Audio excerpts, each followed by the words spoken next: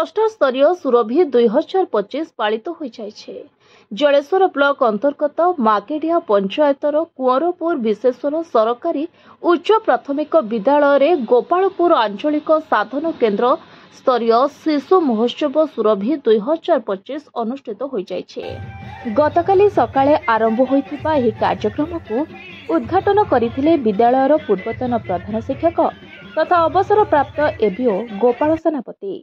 Gopalpur cluster CRCC Satyavrat कापुड़ी सभापतित्व अनुष्ठित सभारे मुख्य अतिथि माकेडिया पंचायतर सदस्य सुप्रभा घड़े, मुख्य वक्ता ओडिया अध्यापक रमाकांत दे, सम्मानित अतिथि विद्यालयर प्रधान शिक्षक हेमंत कुमार दास, विशेश्वर घड़े, परमानंद सेन, चैतन्य सिंह उपस्थित रही वक्तव्य प्रदान करथिले। एही कार्यक्रम रे क्लस्टर 16टी विद्यालय बहु प्रतियोगितार अंशग्रहण करथिले। कृति प्रतियोगी को उपस्थित अतिथि मानपत्र दे पुरस्कृत करथिले। Report voice of Odisha live.